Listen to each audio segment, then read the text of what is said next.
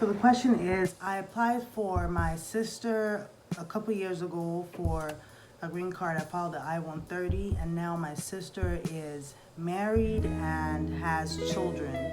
So can I apply for her children as well? So the short answer to this, well, it's not a short answer, it's kind of yes and no. Your sister's children can definitely get their green card through this whole process. However, it's not going to come through you directly. It's going to come from your sister.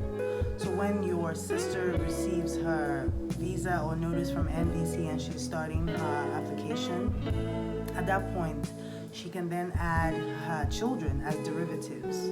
Okay, so you as the main petitioner, you can't add your sister's children because that's your niece and nephew, okay? And there's no category in immigration for applying for nieces and nephews. In a prior video, I talked about the different family relationships that can lead to applying for a green card, and sibling is definitely one of them, so you're good with that, but it's definitely not a niece and a nephew, or uncle and aunt. Those types of distant relationships. It's more like a spouse, a parent, a child under 21 or over 21, married, different things like that.